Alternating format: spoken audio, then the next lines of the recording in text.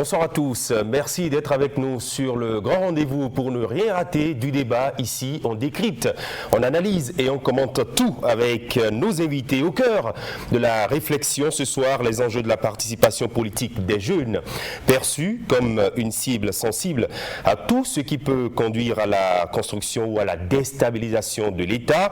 Les jeunes sont au centre de tout discours public. On a l'impression qu'ils occupent une place importante dans la pensée des acteurs de premier plan. Nous irons de près voir cela. Préoccupés par un avenir qu'ils désirent meilleur, les jeunes se lancent en politique. Ils s'investissent soit en créant, soit en intégrant les partis. Alors, avec les nouvelles règles de participation à la vie politique au Bénin, nous ferons un état des lieux. On verra la valeur ajoutée s'il y en a. La marche va-t-elle en avant ou en arrière? Sur le grand rendez-vous, ce sera deux niveaux de débat ce soir autour du sujet. Restez avec nous.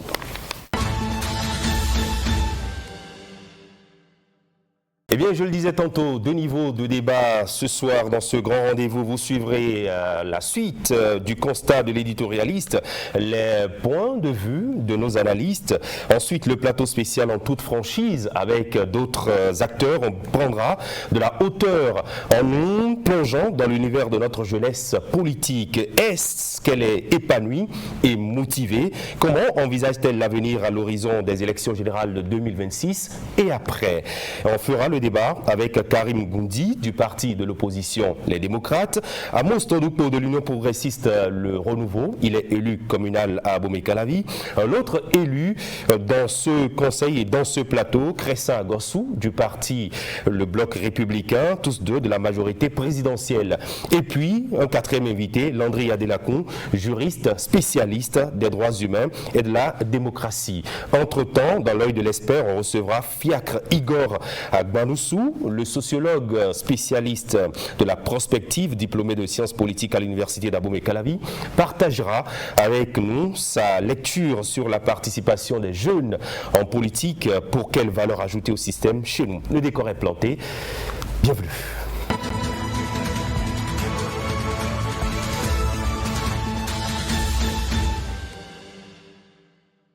Sur le grand rendez-vous, la prise de parole est libre, le point de vue de chacun compte. Ahmed Picardi, bonsoir. Bonsoir Christian. Merci d'être là. C'est moi. Rudolf Karl, bonsoir. Bonsoir Christian, bonsoir aux amis autour du plateau et aux amis téléspectateurs. Nous sommes présents au grand rendez-vous. Présents au grand rendez-vous et fidèles au grand rendez-vous. On reste avec vous. Bonsoir Gabin Goubi. Bonsoir Christian, bonsoir à tous. Et bienvenue. Je rappelle, téléspectateurs, que vous êtes journaliste et rédacteur en chef du quotidien Le Matinal. Et puis Omar Salouf, bonsoir. Bonsoir Christian, bonsoir à tous. Notre éditorialiste. Eh bien, ce soir, on parle politique et jeunesse engagée. Vous observez le fonctionnement et vous vous interrogez sur le mode d'emploi. Oui Christian, la jeunesse, fer de lance du développement, est aussi le carburant qui fait tourner à plein régime le moteur politique. Dans un pays comme le Bénin, où la jeunesse constitue la majorité de la population en âge de voter, il va de soi que l'engagement militant et donc l'animation de la vie politique trouve d'ancrage au sein de cette couche qui ne manque d'ailleurs pas d'initiative et d'envie pour se faire entendre dans cet arène. Mais de quelle envie et de quelle initiative politique sont porteurs les jeunes au Bénin? À cette question, l'éditorialiste cherche réponse dans le présent et dans un passé pas si lointain.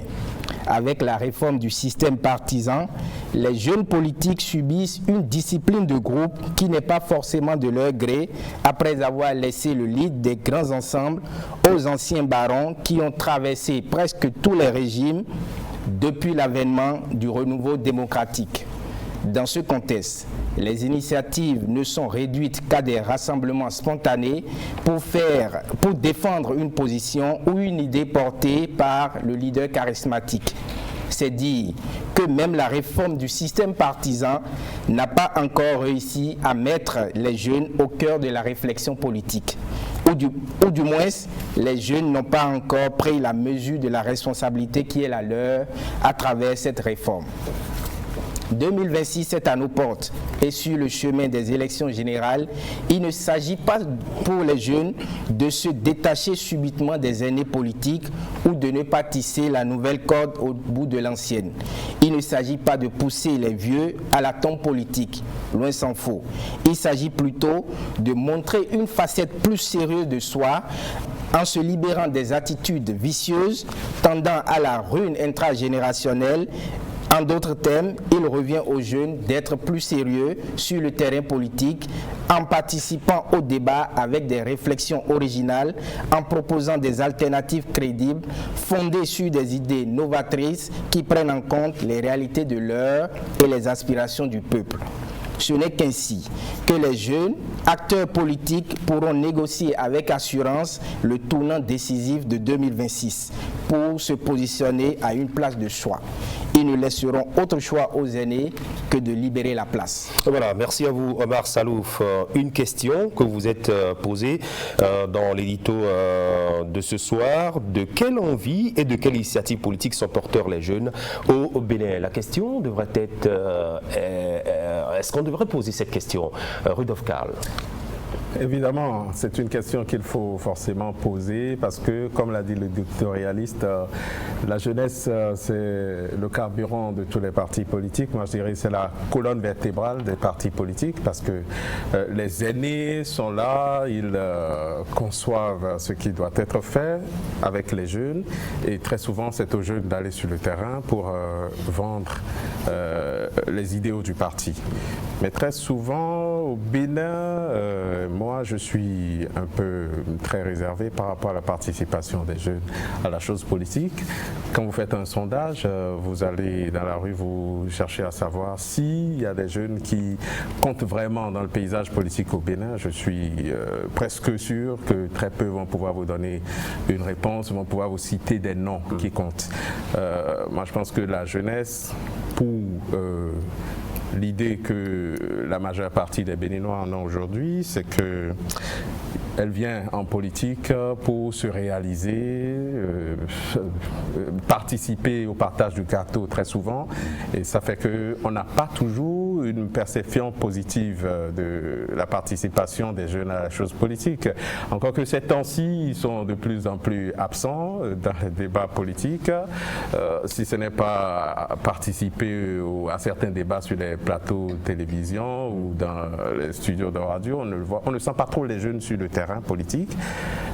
C'est vrai que je n'ai pas suivi de bout en bout, mais quand je fais mon petit sondage, les jeunes, c'est pas ces temps-ci ceux qui sont le plus présents pour parler politique, descendre sur l'arène, dans l'arène, et puis tenter de vendre les idéaux de leur parti politique. Donc, moi, je suis plus que mitigé par rapport à la participation des jeunes à la chose politique. Alors, vous pensez qu'en lieu et place des jeunes, ce sont toujours les anciens barons qui sont toujours au devant de la scène? Mais évidemment, c'est vrai qu'avec l'arrivée du président Talon, il y a certains anciens barons qu'on a dû quand même envoyer à la politique, mais ils ont laissé d'autres qui ont pris la relève et que c'est souvent eux que vous voyez quand il s'agit de parler politique ou bien de faire le débat politique très souvent, des questions sérieuses, je veux dire. Hein.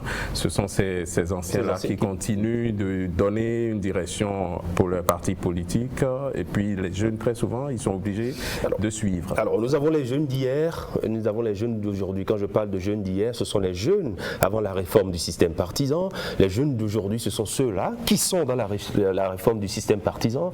Est-ce que le changement de cap n'a pas emporté cette envie des jeunes de véritablement se montrer sur le terrain politique à travers des initiatives?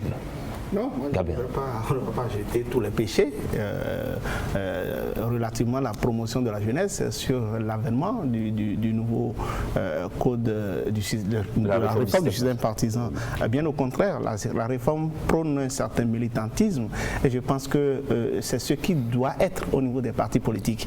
Il y a aujourd'hui comme une discipline de groupe, c'est vrai qu'on sent quand même les jeunes beaucoup plus timorés, on ne les voit pas véritablement faire bouger les lignes. Et c'est en cela que je trouve la question de l'éditorialiste ou du chroniqueur assez capitale. Et qu'est-ce que les jeunes apportent aujourd'hui? Bon, d'accord, beaucoup diront qu'on n'a pas de l'argent, c'est les moyens financiers qui font la politique au Bénin. C'est ça qui vous permet, n'est-ce pas, d'avoir voix au chapitre au niveau des partis politiques. Mais qu'est-ce que les jeunes apportent en termes d'idées, en termes de stratégie, en termes de méthodes? Sont-ils libres d'apporter des idées, de stratégies? Est-ce que dans les partis politiques, il y a cette démocratie-là qui permet aux jeunes de s'exprimer, de proposer? J'ai comme l'impression que notre jeunesse, enfin les jeunes qui se sont engagés dans la politique, croient que son bonheur viendra forcément des aînés. Écoutez, les aînés ne vont jamais vous laisser la place. C'est vrai qu'il ne faut pas y aller de façon brutale, comme l'a recommandé l'éditorialiste. Il faut y aller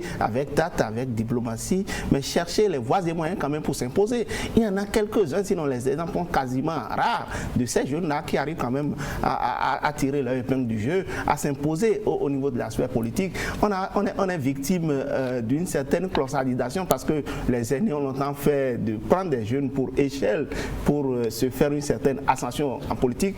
Et la jeunesse semble se confiner dans ce rôle-là. On préfère jouer les seconds rôles au niveau des partis politiques et on ne veut pas travailler à faire bouger les lignes parce qu'on se sent véritablement écrasé. Ça fait longtemps, ce débat revient chaque fois à la veille de chaque élection. On se dit quelle sera la contribution des jeunes. Est-ce que la jeunesse croit en elle-même? C'est là le véritable grosse question. La jeunesse croit-elle en elle-même?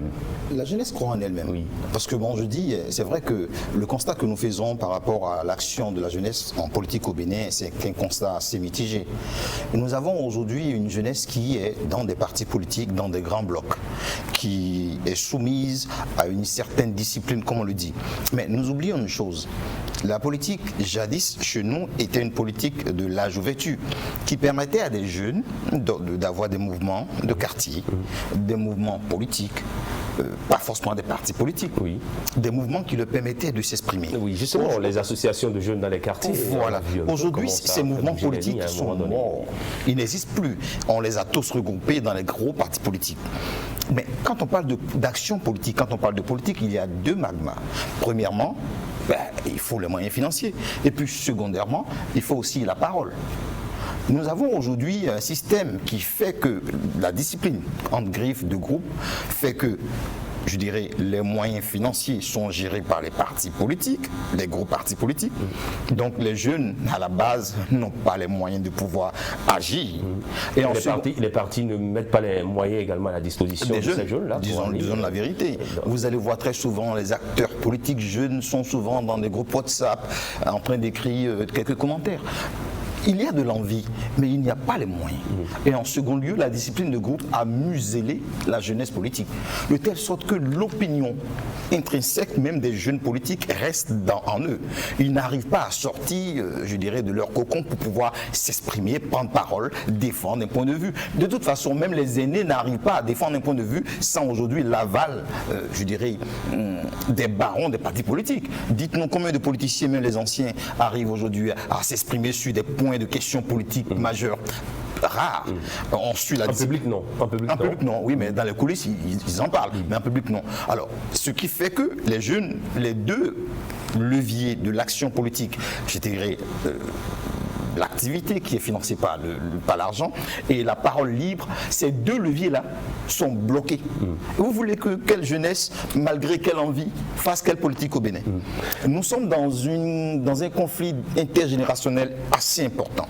Nous avons des vieux qui sont conscients, qui sont partants, mais qui ne veulent pas laisser les choses et qui ont créé un système partisan de discipline pour pouvoir mieux discipliner en griffe. La discipline de groupe, alors, un verrou pour la libre expression des jeunes en politique, au sein des formations politiques et dans l'opinion? Non, et vous savez, la discipline de groupe, ça doit exister dans tous les groupes sérieux, parce que il faut mettre de l'ordre pour faire avancer les choses. Mais moi, je dirais plutôt que c'est la jeunesse elle-même qui est son propre malheur. Comment? Oui, parce que vous imaginez un aîné, ce que nous appelons leader charismatique, tranquille dans son bureau, qui voit défiler des jeunes qui parlent mal l'un de l'autre. Il va être sûr que ces gens-là ne sont pas sérieux, ces gens-là ne sont pas encore prêts pour prendre la relève. Il va certainement se dire que quand il va laisser la place, ils vont juste s'entrechoquer. Ils ne vont rien apporter de nouveau, ils ne vont pas faire avancer le mouvement. Et donc, c'est la jeunesse elle-même qui, au lieu de proposer des idées chocs, des idées novatrices, s'entrechoque, bon, je ne vais pas utiliser les bâtons dans les roues. Et ça, c'est permanent. C'est permanent. Quand on constate qu'un jeune veut émerger, on fait tout possible pour le contourner, pour aller le saboter ailleurs. Donc, c'est récurrent. Et donc, cette attitude ne fait qu'aux jeunes ce qu'elle devrait faire, c'est-à-dire les tirer par derrière, ne pas leur donner la possibilité de s'exprimer dans les instances. C'est vrai qu'il faut les moyens. Mais il faut une envie, les moyens viennent après. Il faut une décision de se regrouper, de se mettre en bloc, de proposer des alternatives sérieuses. S'il n'y a rien de tout ça, le leader charismatique, les vieux barons vont toujours se dire que ce n'est pas encore le moment de laisser ces jeunes-là prendre la relève. Ça va durer jusqu'à quand? Est-ce aux barons de décider quand est-ce que nous, jeunes, pouvons entrer ou sortir en politique? Cela n'appartient pas aux barons. Décision. Mais le système est fait de telle sorte que même les jeunes qui ont l'envie ne peuvent pas. À la fin de mon éditorial, j'ai dit ceci. À la fin de mon éditorial, j'ai dit que en se montrant plus sérieux, les vieux barons n'auront autre choix que de libérer la place. Vous pensez qu'ils ne sont pas sérieux jusqu'à... Non, les jeunes ne sont pas sérieux. Ils sont pas sérieux. Ils se contentent juste de quelques avantages. Je pense, Christian, qu'il ne faut pas quand même jeter la pierre aux jeunes dans les partis politiques. Parce que quand vous prenez la classe politique, la classe politique au Bénin et que vous faites le point, depuis 90, aucun acteur politique, en tout cas chef de parti ou militant qui a fait des combats politiques reconnus, n'a jamais dirigé ce pays. Donc, la jeunesse politique dans les partis est à l'image des partis politiques. Est-ce que nous avons des partis sérieux qui défendent des idéologies? Moi, je prends un exemple. Avec le système partisan, je pense que oui. Le système partisan, ça vient de commencer. Comparé à 90, où on parle de l'avènement du renouveau démocratique. Quand vous prenez le Sénégal, c'est un laboratoire, j'allais dire, dans l'Afrique de l'Ouest francophone quand même, de gestion politique. Vous voyez, les partis politiques là-bas sont structurés. Vous allez dans chaque parti, il y a des écoles du parti où on forme des jeunes. Est-ce que dans nos partis politiques aussi, il y a des écoles? Oui, mais c'est quoi leur valeur? Et puis quand vous allez là-bas, ceux qui ont toujours dirigé le Sénégal, c'est des acteurs politiques. Il n'y a pas un Kidam, je m'excuse, il n'y a pas d'autres personnes qui viennent d'ailleurs pour arracher le pouvoir après que les partis politiques ont occupé le terrain toutes ces années. Là-bas, vous savez que les partis politiques gèrent la vie politique. Quand vous prenez celui qui dirige le Sénégal aujourd'hui, il a quoi, 42 ans ou je sais pas, 44 ans, oui. Ça c'est la jeunesse qui est au pouvoir. On ne lui a pas servi le pouvoir, on lui a pas servi le pouvoir sur un plateau d'or ou d'argent. Il a combattu, il a fait la prison, il a défendu ses idées et après ça a payé. Et ici, est-ce qu'on a ces exemples-là? On a des barons qui dirigent les partis politiques, qui amènent tous les moyens. Et si, comme on le dit ici, c'est celui qui a la farine qui est le patron de la pâte quand même. Si tu n'as pas une participation ou si tu n'as pas les moyens, tu ne sors pas, on ne te connaît pas dans le parti politique. C'est ce que décide le chef que tu feras. Oui, Gabin. Moi, je continue de dire que la jeunesse ne croit pas en elle-même. Et pourtant, même si... Une crise de confiance. Bien sûr, la jeunesse ne croit pas en elle-même. Il a donné un exemple typique. La jeunesse passe son temps à se dénigrer, à se prostituer au niveau des formations politiques. On se dit qu'on... Dans le monde, c'est ça. Les intrigues politiques, c'est pas qu'au Bénin que ça existe. On se dit qu'on est incapable et pourtant cette jeunesse fait pratiquement 70% de l'électorat. C'est la jeunesse qui travaille à élire, à faire des chefs au niveau des formations politiques et même au niveau que ce soit au Parlement comme à la magistrature suprême. Donc cette jeunesse-là n'est pas consciente de ce qu'elle représente comme atout, de ce qu'elle peut faire quand même pour faire bouger les choses. Elle se dit, on n'a pas les moyens puisque l'agent s'est introduit de façon très maladroite en politique et c'est en cela que moi je ne jette pas totalement le tort à la réforme du système partisan parce que c'est une réforme qui travaille à rendre les partis beaucoup plus forts que les individus, parce que depuis l'avènement du renouveau démocratique, on a travaillé à faire des hommes forts, à créer des partis autour des personnalités qui sont restées sur la scène politique pendant des décennies.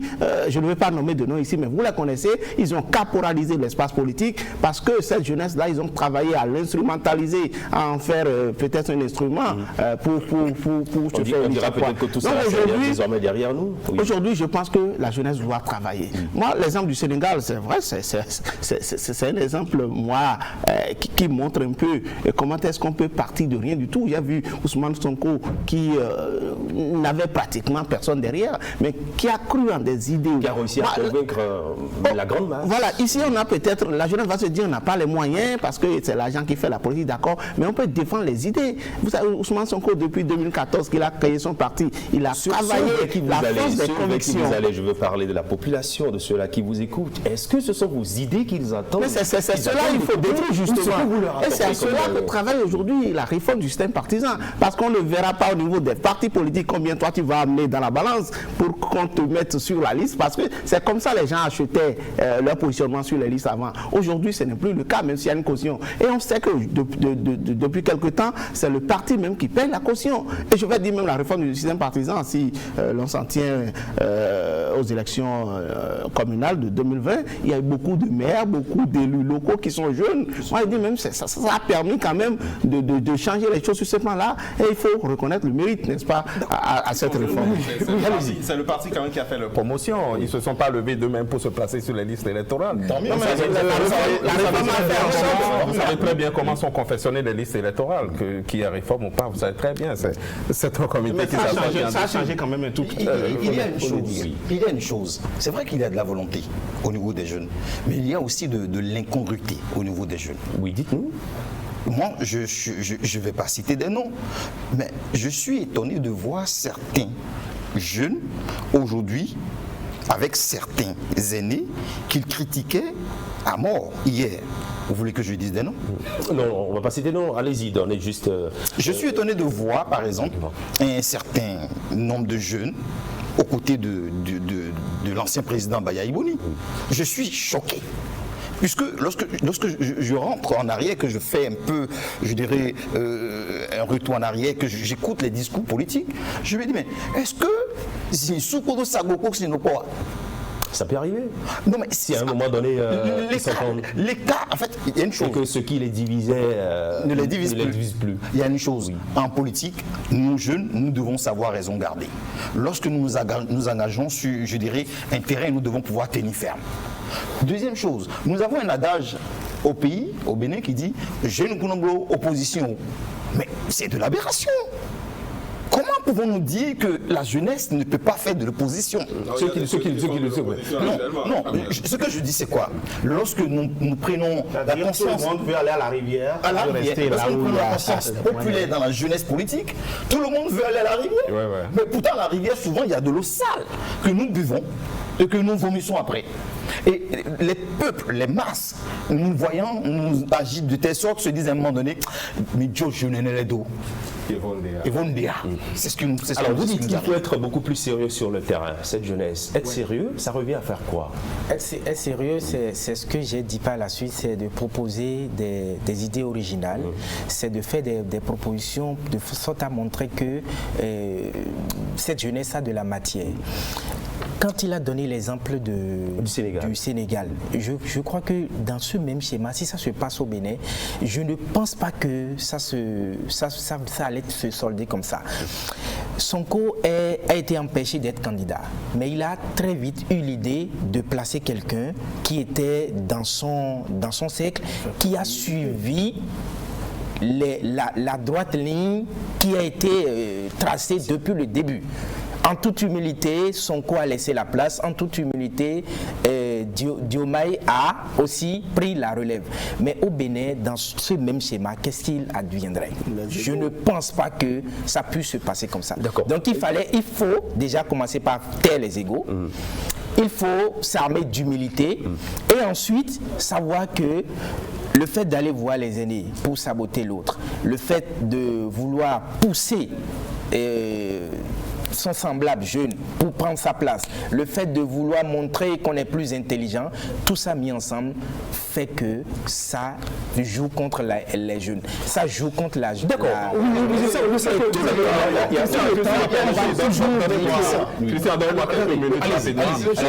Moi, je continue à dire, le fait d'aller voir les aînés pour saboter les autres, c'est des intrigues politiques. Ça n'existe pas seulement au Bénin. Partout, ça existe.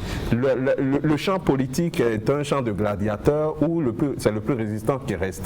Malheureusement, c'est ça. C'est comme une jungle où les plus forts mangent les plus faibles. Donc, non, moi, je ne peux pas encourager ça. Non, qu'on n'encourage pas, c'est une réalité. Je vous parle d'une réalité. Et ce n'est pas seulement au Bénin que ça existe. Non, la politique est aussi faite. On ne va pas encourager de cette façon. Bon, alors, c'est pas un jeu d'enfant. C'est pas un enfant. Mais il faut plutôt appeler les jeunes à s'unir. Vous parlez d'un idéal, moi je vous parle d'une réalité. Oui, alors, je suis conscient de cette réalité. Si vous pouvez me laisser continuer. Alors, bon, quand ça se passe comme ça, bon, ici au Bénin, on a quand même l'exemple d'un parti de jeunes. Où on pensait qu'ils allaient pouvoir le MPL, où on pensait...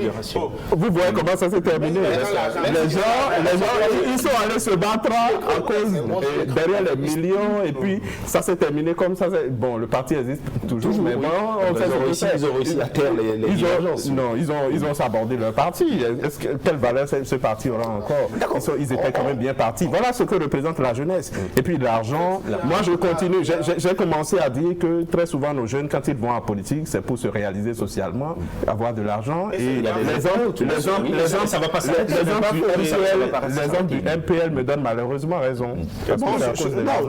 Aller à la politique pour quand même améliorer ses conditions, résoudre ses problèmes, trouver du financement pour ses projets, passer des concours réussis, avoir un parrain. Bon, ce n'est même pas condamnable cela. Mais il y a un problème de conviction. Est-ce que les jeunes, ils apportent quoi? Est-ce qu'ils savent même ce qu'on met dans le socialisme? On parle de l'Union progressiste, le renouveau. Et si on les écoles des partis existent, mais est-ce qu'elles fonctionnent? Vous l'avez dit. Donc il y a tout ce problème-là. Le jeune acteur politique n'a pas ce bagage-là pour transcender quand même, pour résister face à cette impression. Vous avez vu aujourd'hui, les mouvements ont commencé à naître comme des champions pour susciter la candidature de tel ou de tel. Et vous verrez 99% de ces mouvements-là, c'est les jeunes qui sont porteurs de cette initiative. Et vous verrez que dès que les élections vont passer, ces mouvements-là vont s'estomper. Et donc c'est le mouvement de circonstance, peut-être pour tirer quelques pécules de ces potentiels candidats-là. Et ça s'arrête là. Remarquez, on avait dans le prétoire pour donner la parole à certains citoyens, les citoyens rencontrés au micro de Mardoché Goulou et de Moufid Sabouran. Voici leur appréciation de la politique telle que menée par les jeunes au Bénin.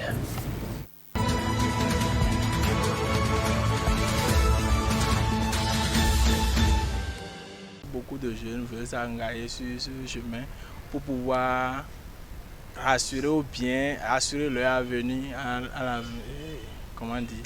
C'est pour l'argent en fait en général que les jeunes veulent se lancer dans la politique pour pouvoir occuper des postes peut-être et tout. Ils ne font pas ça réellement pour la lutte d'une chose, mais leur propre intérêt en avant. On s'adonne à la politique et puis on ne veut plus rien faire. Et on voit que peut-être c'est la seule qui est la voiture de tuteur. Bon non, de la vie active pour réussir dans notre vie là. C'est ça, nous les jeunes aujourd'hui on s'adonne à cela. Et on fait tout possible pour avancer dans ce domaine. Bon, or, il y a aussi d'autres opportunités qui nous permettent aussi de ne pas avoir trop accès à la politique, mais réussir notre avenir, notre vie. Avant de se lancer dans la politique, il faut d'abord chercher et être d'abord quelque part, être positionné d'abord avant de penser faire la politique. Mais il ne faut pas faire la politique du genre, donc je vais le faire pour gagner, c'est-à-dire mon pain, c'est-à-dire de façon de façon rapide. Non. C'est-à-dire il faut avoir d'abord un emploi ou bien créer quelque chose pour gérer soi-même d'abord avant de penser se lancer dans la politique. C'est pas la quête de l'intérêt ou bien c'est la quête de bien-être qui fait qu'on fait la politique. La jeunesse non. Même on est obligé. La politique on est obligé. Seulement en finissant le campus et en se lançant directement dans la politique, cela peut avoir un impact indésirable un peu par rapport à la recherche du travail. parce que le secteur du travail c'est un peu miné. Les gens qui font la politique, parfois, c'est eux qui ont beaucoup de bras droits pour te donner du travail. Donc si tu fais la politique et que par marchand tu es peut-être en train de travailler pour son ennemi, lui il ne va pas te donner de travail, donc ça peut avoir d'impact. C'est bon, on est obligé, mais la jeunesse est obligée de faire la politique. Sinon, c'est nous qui, demain nous appartient, c'est nous qui allons diriger demain. Donc on n'a pas le choix, on doit faire la politique. Je pense que la jeunesse ne s'implique pas davantage dans la politique. Et s'il faudrait une bonne relève, il faudrait que les jeunes s'impliquent activement et massivement dans cette bataille-là, parce qu'une place au haut niveau se mérite. On se bat très fort pour pouvoir arriver à bout. Les jeunes ont peur de s'y impliquer parce qu'ils ont peur de leur liberté et de leur vie.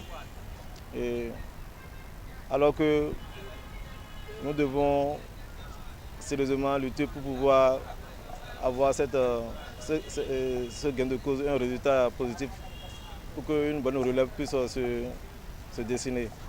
Et avec nos anciens politiciens, ceux qui ont vécu au temps de la Révolution, il y avait des services qui étaient en train de leur impliquer, mais malgré cela, ils ont perduré, ils ont insisté, ils ont fait la lutte et ils ont eu gain de cause. Donc j'invite la jeunesse à s'y impliquer davantage parce qu'une place se méritait avec une lutte acharnée. Et voilà, retour plateau après ce prétoire où les citoyens se sont prononcés. Oui, cher monsieur, au-delà de la bonne ambiance qui paraît quand on regarde de part et d'autre dans l'information politique avec ce que nous voyons, les déceptions sont grandes lorsque vous écoutez certains acteurs, surtout les jeunes en aparté, elles ne s'expriment pas en public. Alors d'ici 2026, qu'est-ce que vous voyez? Une nouvelle classe? Est-ce que cette jeunesse réussira à gravir un autre palier en s'imposant aux aînés, et de quelle manière? Est-ce qu'il y a de génération spontanée en politique? Je ne pense pas. La politique, c'est un combat, c'est un cheminement. Si la personne n'est pas connue, n'a pas un parcours politique, si un jeune devait s'imposer, c'est dès aujourd'hui qu'on doit commencer à voir sa tête. Et moi, quand je vois l'échiquier politique actuellement, je ne peux pas vous donner le nom d'un jeune qui va vraiment, dont le nom va compter pour les échéances de 2026. On attend peut-être 2025 pour voir s'ils vont sortir la tête de l'eau.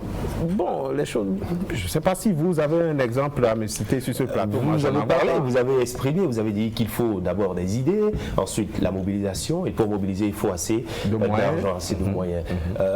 Comment pensez-vous que ces jeunes vont... 2026, le spectacle sera encore triste pour la jeunesse béninoise parce que je parle de la jeunesse politique. Oui. La jeunesse politique va servir encore, je dirais, de faiseur de roi, malheureusement. D'escalier? Oui, absolument. Puisqu'il y aura, sur la matrice de le dire, il y aura des bailleurs qui, comme d'habitude, viendront promettre qu'il y a peut-être, je dirais, des conteneurs qui viendront. Et cette jeunesse va rentrer dans le jeu comme d'habitude. Puisque, c'est vrai, ça me fait mal dans ton cas, mais il a raison sur beaucoup de points. Il faut croire d'abord en une vision politique avant de pouvoir défendre, je dirais, une cause politique. Nous avons une jeunesse qui, certes, a de l'envie, mais d'abord qui est apeurée. Une jeunesse qui est apeurée. Je ne sais pas c'est quoi.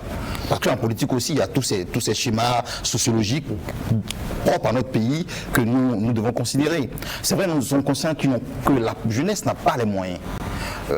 La jeunesse est utilisée comme, je dirais, force mobilisatrice par les aînés. Mais la jeunesse a une chance inouïe. Quelle est cette chance-là? Oui, laquelle? Beaucoup d'entre les aînés aujourd'hui, en 2026, ne pourront pas être candidats. Vous pensez? Oui, beaucoup d'entre eux sont frappés par la limite d'âge. Je pense que c'est la présidentielle. Mais pour les communales et puis les législatives, il n'y a pas de limite. Mais il y a une chose, même pour les législatives, il faut féliciter le président Talon pour un travail qui a été fait. Il y a eu un nettoyage de la classe politique qui ne dit pas son nom depuis 2016. Il y a eu beaucoup de visages qui ont été mis, je dirais, au garage, sur la touche. Mais on peut les compter au bout des doigts. C'est vrai, c'est une réalité, mais jadis, on ne voyait pas de jeunes à l'Assemblée nationale comme ça. Aujourd'hui, on a commencé à voir certains jeunes à l'Assemblée nationale. La jeune dame Préto, je crois, Prétoni, quelque chose de ce genre. très jeune, député. Le jeune homme, je dirais, de l'attaque courage. C'est pour dire qu'il y a une envie de donner une chance aux jeunes. Nous devons commencer à travailler. D'accord. Omar. Oui, je crois que tous ces jeunes que vous citez là ont été positionnés par des gens, par les aînés. Ils ne se sont pas, comme l'a dit Karl, ils ne se sont pas levés pour se positionner eux-mêmes sur les listes. Donc, ça semble être une faveur, en fait, qui a été accordée aux jeunes à l'occasion de ces différentes élections-là.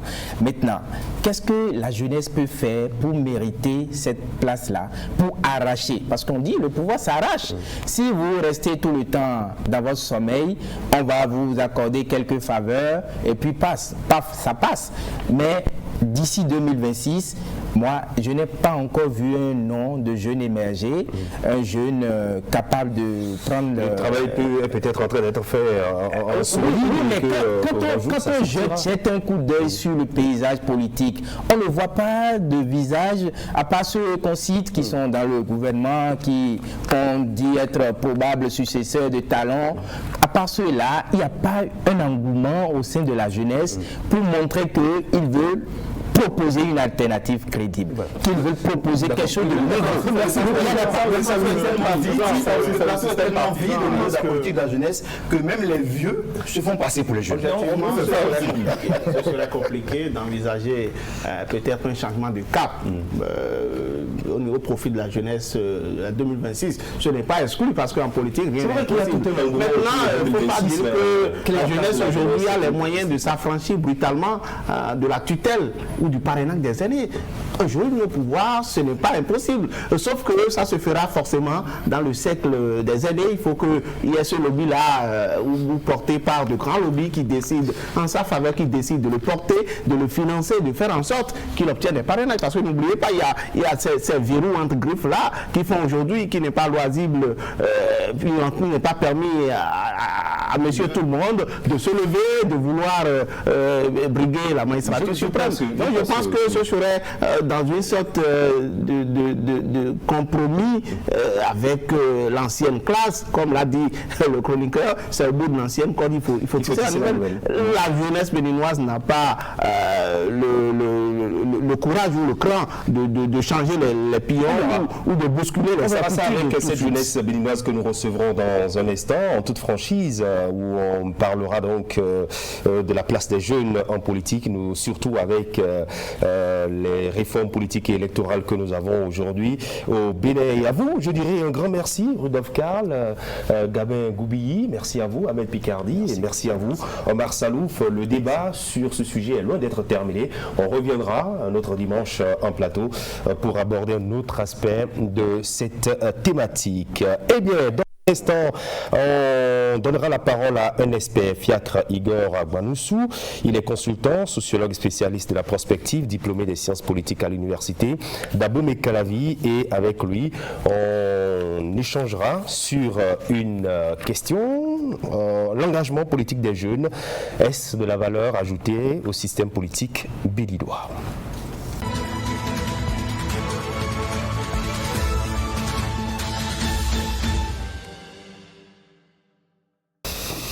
Nous sommes dans l'œil de l'expert avec notre consultant, sociologue, spécialiste de la prospective, diplômé des sciences politiques à l'université d'Abomey-Calavi, Fiacre Igor Agbanoussou. Bonsoir. Bonsoir Christian, comment allez-vous? Je me porte à merveille. Merci de répondre présent à notre invitation. Oui, quelques questions et des réponses avec vous. La participation des jeunes en politique, on en parle.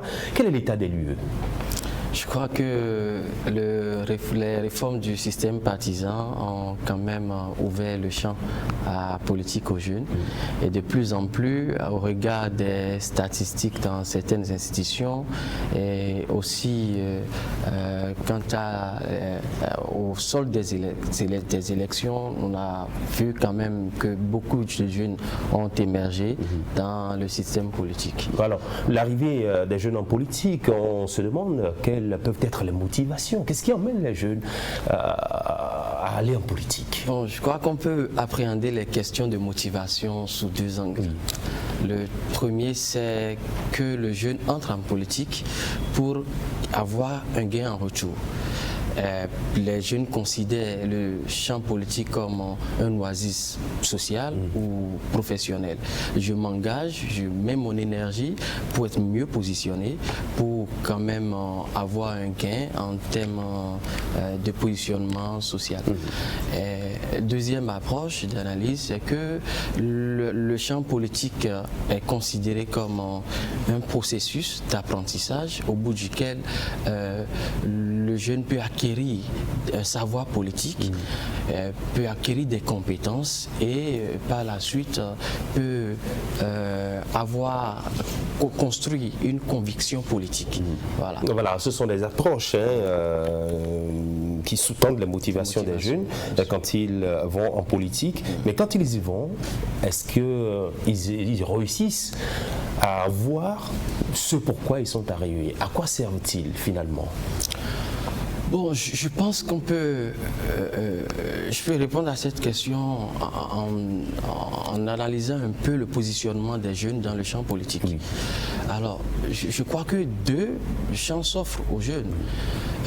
Traditionnellement, vous voyez avec moi que les formations politiques sont structurées de sorte qu'il y a des organes spécialisés. Par exemple, l'organisation des femmes, l'organisation des jeunes, etc., pour ne citer que cela. Et ce sont des creusets auxquels les jeunes peuvent appartenir et militer.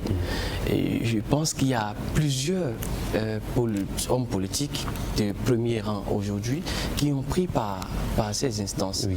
Éric Ndoité, Lazare Serwitor sont des exemples qu'on peut citer. Et je crois aussi que il y a des instances politiques et administratives au sein des partis politiques. Et là, ce qui est sollicité, c'est la compétence. Et donc, c'est le savoir politique de la jeunesse qui peut l'amener à appartenir à ces instances qui sont des instances décisionnelles dans les partis politiques. Et donc, je crois qu'on va en politique et pour se construire également, on fait de la politique pour quand même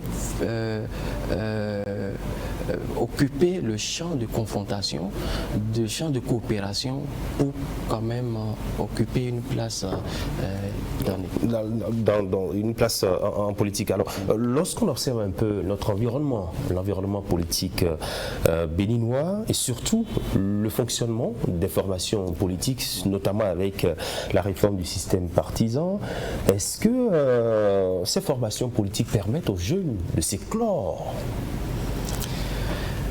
Je pense que oui. Et pour preuve, vous voyez que depuis 2016 et au-delà, on a remarqué que beaucoup de jeunes ont émergé, je l'ai dit tantôt. En 2019, vous êtes d'accord avec moi que les deux plus jeunes députés avaient 32-33 ans. En 2020, je crois le plus jeune maire avait 28 ans. Et récemment, en 2023, il y a la jeune députée qui a 33 ans. Et je ne m'arrête pas là. Quand nous allons dans les institutions politiques, nous pouvons voir que beaucoup de jeunes ont été positionnés. Mais ce qui est important, de mon point de vue, ce n'est pas l'éclosion, mais c'est le parcours politique de la jeunesse. C'est le parcours politique, c'est la carrière, comment la jeunesse prend la carrière politique. Et donc, vous savez, en prospective politique, il y a ce que nous appelons les incertitudes critiques. Ce sont des phénomènes structurants dans un système. Si je prends le système politique, un phénomène structurant qui permet à un acteur, fût-il jeune ou vieux, et une fois que ces phénomènes sont maîtrisés par ces derniers, ils peuvent faire triompher leur volonté. Et donc, l'environnement permet non seulement à la jeunesse, l'éclosion de la jeunesse, mais aussi Et lorsque la jeunesse maîtrise les incertitudes critiques, il peut mieux se positionner dans l'arène politique. Alors, vous avez parlé de carrière politique.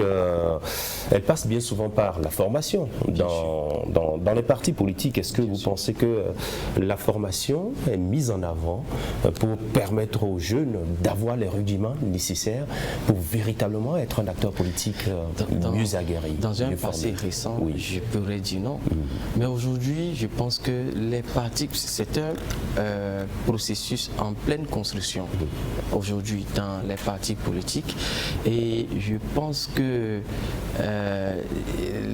ça mérite un regard, qu'on voit cette chose autrement.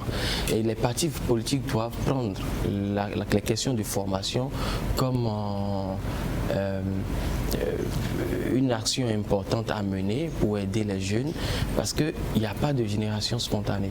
Non, on a dit il n'y a pas de génération spontanée. La formation doit occuper une place de choix dans les partis politiques. Et je pense que nous, politistes, cela est très important pour nous. Et j'appelle quand même le vivier politiste béninois contient quand même une floraison de jeunes politistes et d'éminents enseignants qui peuvent accompagner les partis politiques dans ce processus. Alors c'est un appel, mais est-ce qu'il y aura du répondant? Est-ce que les jeunes sont véritablement intéressés par la formation au sein des partis politiques?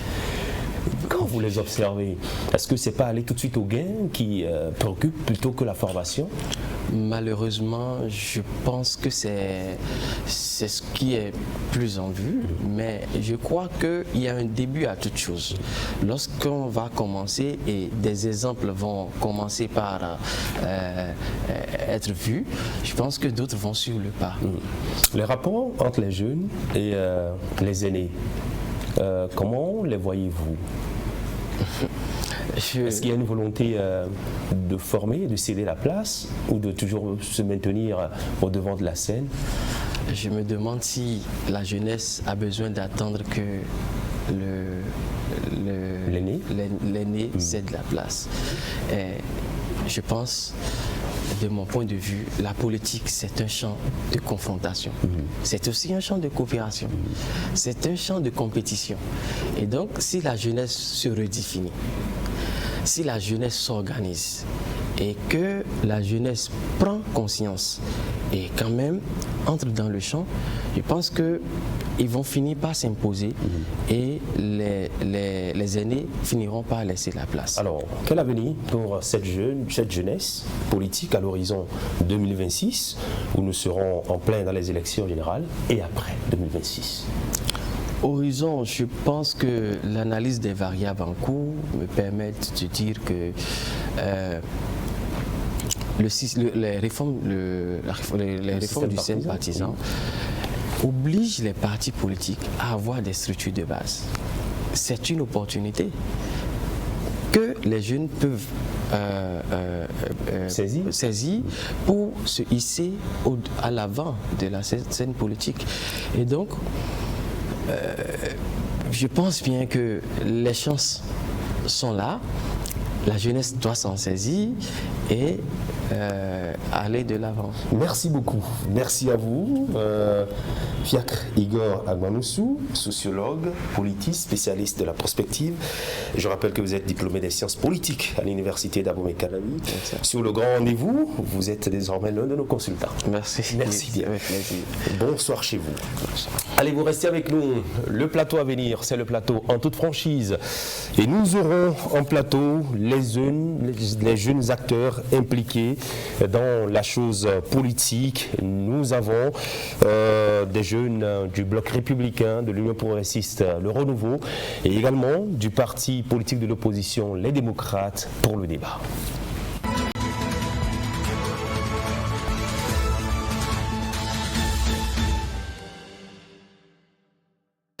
En toute franchise, sur le... Si vous nous rejoignez, bienvenue, installez-vous confortablement. Eh bien, on prendra de la hauteur en nous plongeant dans l'univers de notre jeunesse politique. Je l'avais annoncé en tout début d'émission, et en plateau, 4 invités pour aborder la thématique jour avec moi ce soir. Karim Boundi, bonsoir. Merci, vous êtes acteur politique, vous êtes militant du parti politique de l'opposition, les démocrates. Merci. Comment se porte le parti en ce moment? Le parti se porte très bien et les activités se déroulent très bien, les activités ordinaires comme extraordinaires en cas d'urgence, tout se passe très bien sur le terrain. Nos structures de base sont en train d'être renouvelées, rétoffées pour la victoire de 2026. D'accord, vous avez déjà le regard tourné vers 2026. En tout cas, on abordera la question également dans nos discussions de tout à l'heure. Et en plateau, nous avons des acteurs politiques, je reviendrai à eux dans un instant, mais nous avons également un expert avec nous, Landry Adelakun. Bonsoir. Bonsoir, chers journalistes, et je dis également bonsoir à nos téléspectateurs. Ils vous répondent. Vous êtes juriste, vous êtes également spécialiste des droits humains et de la démocratie. Merci de répondre présent à notre invitation. On fera la discussion en plateau avec Crescent Agossou. Bonsoir. Monsieur Adanésien, bonsoir. Bonsoir, bienvenue. Acteur politique, vous êtes membre du parti Bloc républicain, vous êtes également conseiller communal de la commune d'Abomey-Calavi et de Sucroix, vous êtes chargé de mission du président de l'Assemblée nationale. Merci de répondre présent à notre invitation. Merci, c'est à moi de vous dire merci pour la considération et l'invitation et merci à tous les téléspectateurs. Merci. La jeunesse politique, c'est également vous. On compte désormais avec vous. Amos Tadoukou, bonsoir. Bonsoir, monsieur Adanésien. Merci d'être là. Vous êtes membre du parti politique l'Union progressiste Le Renouveau. Vous êtes élu communal de la commune d'Abomey-Calavi. Merci d'être là. Alors, la commune d'Abomey-Calavi, 2 élus en plateau. Comment vous gérez de l'autre côté? Je commence par vous, Amos Tadoukou. Au sein du conseil communal, quand vous vous retrouvez avec ceux du bloc républicain, tout se passe très bien puisque nous sommes là pour le développement de la commune. Et les populations ne nous ont pas envoyés là-bas pour faire de la politique politicienne, c'est pour le développement. Et donc tout se passe normalement très bien. Oui, vous partagez son avis? C'est une réponse politique. Et comme nous sommes sur une émission politique, je pourrais lui concéder cela en attendant qu'on ne rentre de plein pied bien sûr dans le débat. Donc apparemment tout ne se passe pas très bien pour l'instant, du moins. Moi je suis de la minorité. Et donc c'est eux qui ont représenter l'opposition. D'accord. Allez, on parle de l'environnement politique béninois avec sa jeunesse. Dites-nous, d'abord, comment êtes-vous arrivé en politique en tant que jeune? Alors merci beaucoup. Il faut reconnaître déjà que déjà au moment où le président Soglo venait au pouvoir en 1991, j'étais au collège. J'étais au collège et je voyais les débats à la télévision nationale, à l'Assemblée nationale, ça bougeait très bien. Il y avait, c'est depuis ce temps-là même que des gens comme Sakakina m'ont donné l'envie de prendre la parole. Des gens comme Charles Greco m'ont donné envie de prendre la parole, de prendre la parole à l'Assemblée nationale. Et ça donnait vraiment plaisir de les écouter, le professeur Albert Védré. Donc j'ai constaté quand même qu'à l'Assemblée nationale, les débats se faisaient. Le président Soglo était obligé d'écouter ce que l'Assemblée disait et le débat se passait très bien. Et déjà, bien avant, il y avait la conférence nationale. Là, j'étais au cours primaire, je ne comprenais pas grand-chose, c'est vrai, mais je voyais des aînés, des parents regarder les postes radio, le téléviseur en blanc-noir, on regardait, on disait que bon, les filles du Bénin ne s'entendaient pas, il fallait qu'ils s'entendent pour décider du sort du pays. C'était quand même beau de voir qu'à la fin, les travaux de la conférence nationale ont été validés et il y a eu des élections. D'abord, le président Soglo a été désigné Premier ministre. Après la conférence nationale, on a vu cette cohabitation là, c'était très beau à voir et surtout l'élection présidentielle de 91, le président Kérékou a perdu les élections et je me rappelle comme c'était hier, le président Kérékou est parti passer service, il était habillé en blanc, je me rappelle. rappelle, il est parti à l'aéroport international de Kadjiaou et il a pris le vol pour aller à Natengu. C'était vraiment très beau de voir. Ce sont des éléments qui vous ont amené, qui m'ont vraiment qui vous ont marqué. Oui, qui m'ont marqué, qui m'ont dit mais attention, on doit quand même aller écouter, participer au débat.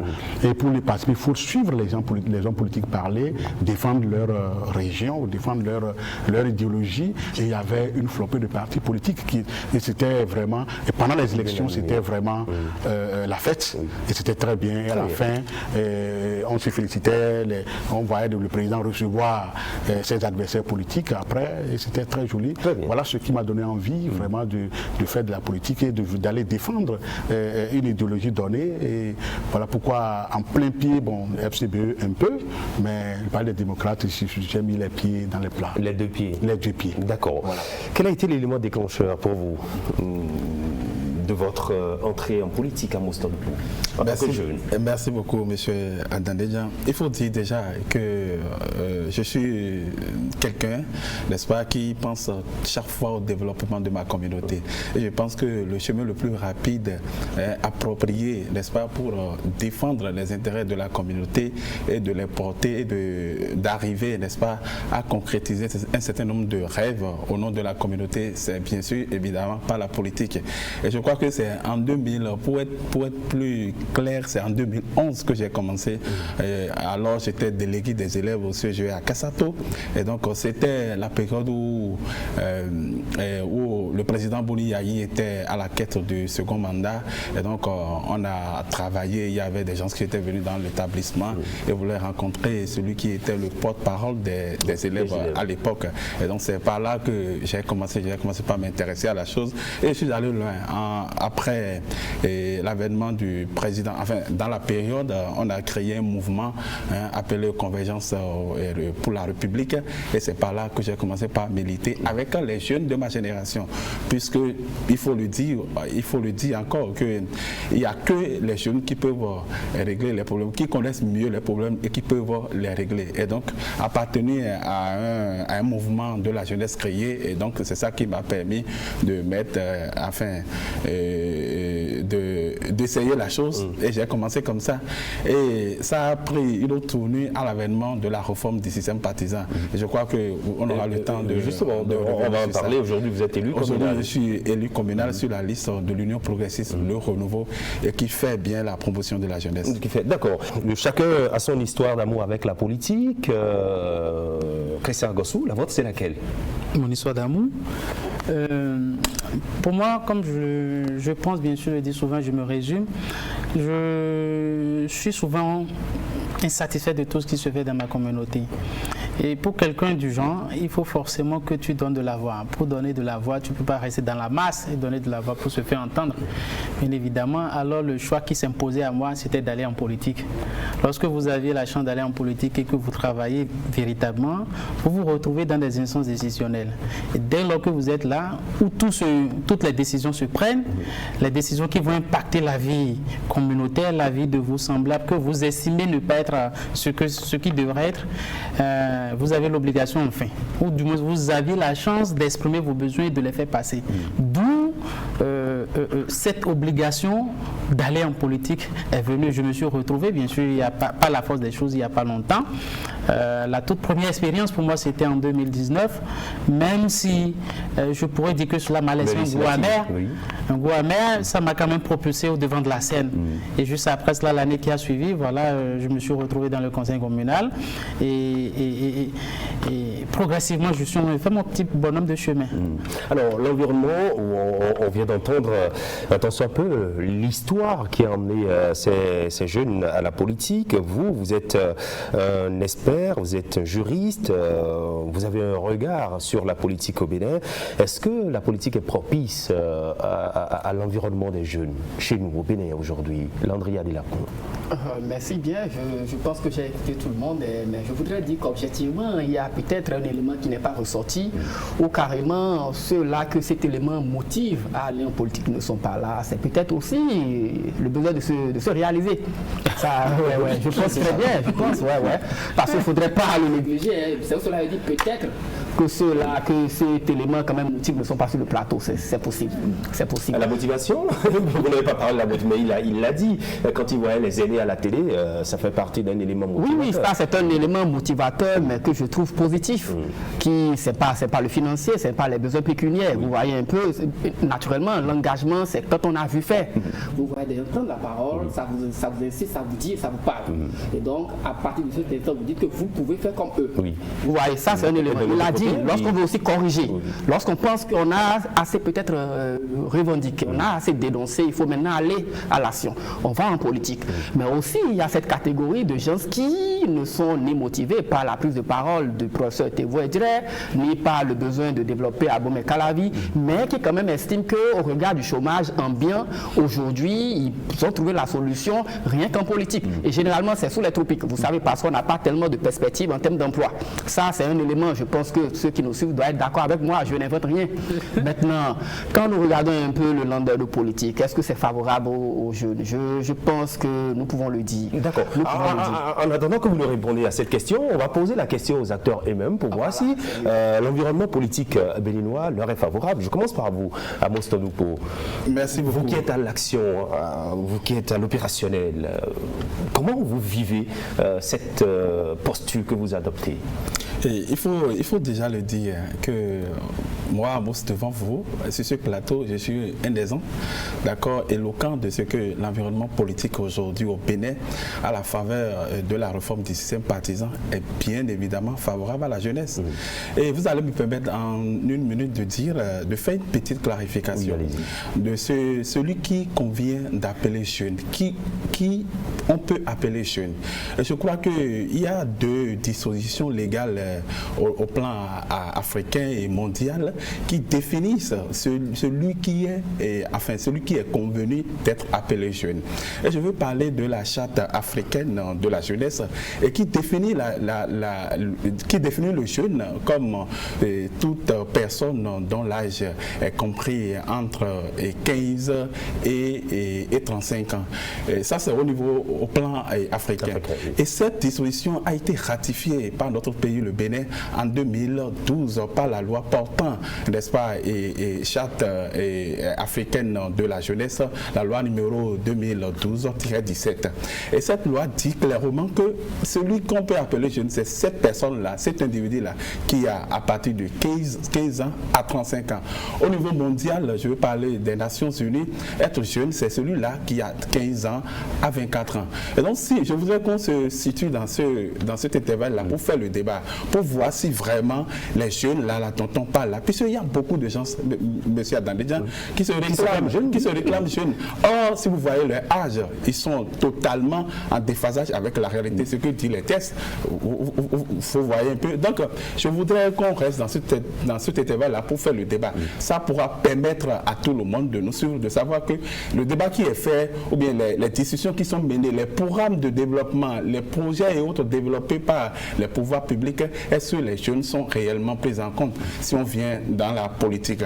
Et donc, si je prends mon exemple, je suis dans cette catégorie-là, de cette jeunesse-là, de ce jeune-là que je viens de définir. Et donc, je suis un exemples palpable, éloquent de ce qu'avec la réforme actuelle du système partisan, on a donné place à la jeunesse, on a fait place à la jeunesse. Et pour ne pas aller loin, je pourrais vous dire que je suis le plus jeune élu communal aujourd'hui au niveau d'Abomey Calavi. Je n'ai pas encore 35 ans, donc je suis encore dans cet intervalle-là. Donc, l'environnement, quoi qu'on veuille, il est bien vrai qu'il y a des choses à parfaire, mais actuellement avec la réforme du système partisan, ça nous donne chance, ça donne la chance à la jeunesse de s'exprimer, d'aller au devant de la scène et de prendre la parole. Et je dirais ceci, monsieur Adandédian, vous voyez, avec toujours cette réforme du système partisan, avant on savait que quelqu'un comme moi ne peut être candidat sur une liste, ne peut être positionné sur une liste. Vous savez, même dernier suppléant, je ne peux pas, puisqu'il faut avoir les moyens pour pouvoir être positionné sur une liste de candidatures. Et donc, ça se négocie à coût de millions. Aujourd'hui, si on veut ou non, le système partisan a réglé ça. Merci beaucoup. Alors, vous pensez? Oui, allez-y. Je remercie mon très cher frère. Il a parlé bien sûr de deux dispositions légales. Et tout à l'heure, je rigolais en moi parce que si on s'en tient, monsieur, à ces deux dispositions légales, je crois que mon très cher frère Karim Gondi est hors jeu déjà. Il n'a pas encore dit ça. Non. Bon, écoute, dans sa prise de parole, il m'a dit que moi, j'ai pu noter, il dit en 91, quand on faisait la conférence nationale, c'est que lui était déjà au primaire. Oui, moi je n'ai pas dit non. Il est bien sûr. Faisant référence justement à cette disposition. Cette disposition légale, donc. Et vous, non, moi je me retrouve bien sûr dans ce qu'il dit. Seulement que je voudrais nous faire rappeler qu'au fait, le thème la jeunesse, elle est souvent galvaudée et puis elle est définie en fonction des intérêts du moment des uns et des autres. Vous saviez? Attends, vous verrez des gens qui vont vous dire ils ont 50 ans, mais vont donner la définition pour se retrouver dans la jeunesse, inévitablement. Donc je me méfie souvent bien sûr de faire le débat autour de la jeunesse. C'est vrai que l'idéal aurait été bien sûr, pour commencer, qu'on essaie de délimiter les choses pour essayer de prendre tous les paramètres en jeu afin de pouvoir faire un débat vraiment consciencieux. Mais dans ce cas précis où mon frère a déjà sorti des dispositions légales, deux dispositions légales, ici, on ne peut qu'être limité à faire le débat, lui et moi, et peut-être dans une certaine mesure vous-même. Mais je réclame il faut déjà que mon très cher ami Karim Goudi, il n'est pas dans la... On laisse la parole à Karim Goudi.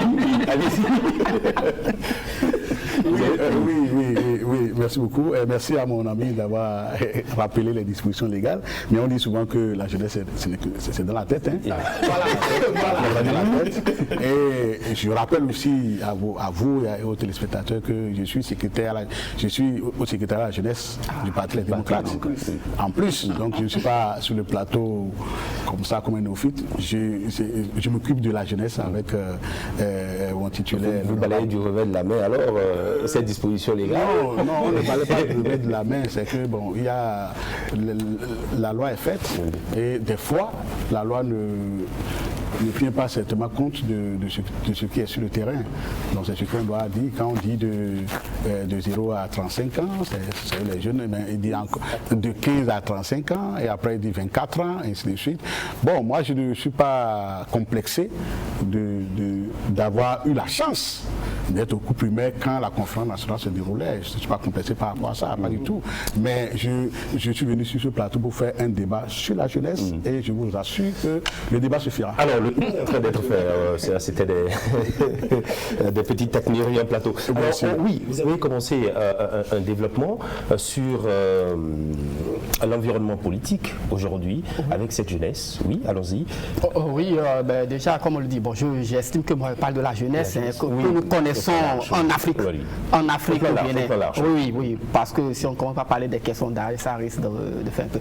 Donc effectivement, quand nous observons, il a donné son exemple, quand il parlait tout à l'heure, j'ai été surpris parce qu'il disait qu'il était délégué en 2011. Moi, j'étais déjà à l'université, vous comprenez.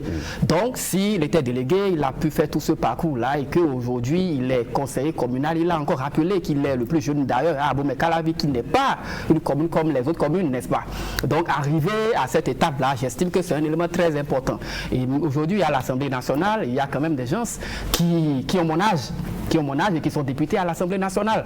Et donc, quand on parle des maires, il y a des gens qui n'ont pas mon âge, qui sont des maires au Bénin. Donc, c'est pour vous dire que ce que nous avons pu observer à ce niveau-là, il y a, je dirais, peut-être une sorte d'avancée. Mais je ne voudrais pas me tromper d'analyse, parce que quand on consulte un peu l'histoire politique de notre pays, nous allons nous rendre compte que la jeunesse semble avoir été toujours au pouvoir. Ce n'est pas nouveau. Donc en réalité, oui, la réforme du système partisan, je peux comprendre, mais la conclusion serait un peu hâtive de dire que c'est la réforme qui a... Les acteurs politiques que nous avons aujourd'hui, qui sont de la cinquantaine, de la soixantaine, ou qui se réclament encore jeunes, ont toujours été jeunes en étant sur la scène politique. Quand vous calculez très bien, c'est des gens qui étaient jeunes et qui, depuis environ 20 ans, 30 ans pour certains, sont toujours présents. Quand vous faites la soustraction de 20 ans ou de 30 ans, vous vous rendez compte qu'ils étaient jeunes. Des gens ont été nommés alors qu'ils avaient 25 ans. Des gens avaient 30 ans. Je suis bien au-delà. Mais pourtant, nous, on n'est pas encore quelque part. Et aujourd'hui, et il a dit, quand on parle de critères d'âge, lorsque vous êtes riche à 50 ans, on dira que c'est un enfant. Ça veut dire que vous réussissez, c'est là qu'on trouve que c'est un petit, c'est un petit, mais il est excellent, il est bon. Mais quand vous faites des choses qui, on dit, mais à ton âge, mais quand même, toi, tu vois.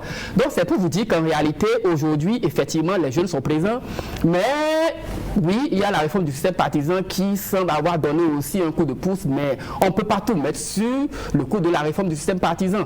Mais après, quand on va aussi voir la catégorie des jeunes qui sont aujourd'hui sur la scène politique, on peut peut-être voir qu'il y a deux sortes de catégories de façon globale. Il y a des gens qui sont excellents, je l'ai dit au CM plusieurs fois, dont vous êtes fiers. Il a donné des exemples tout à l'heure quand il parlait.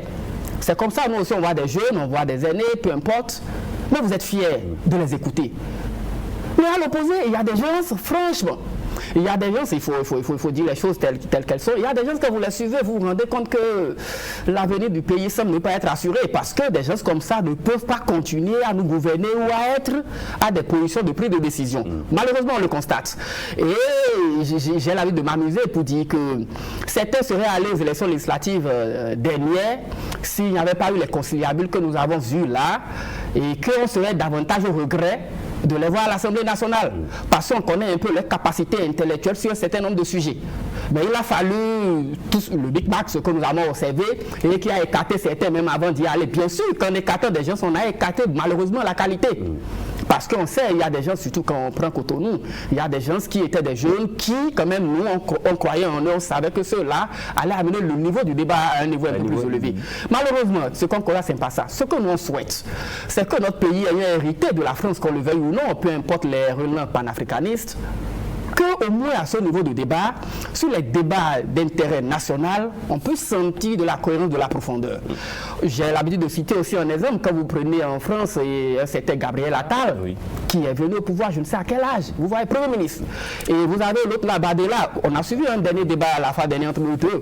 Ça dit c'est plaisant, vous êtes ici, vous êtes noir de peau, mais vous vous accrochez au débat en France parce que là-bas il y a la qualité. Même la vieillesse à ce niveau avec Jean-Louis Mélenchon, c'est de la qualité. Mais au Bénin, qu'est-ce que vous observez?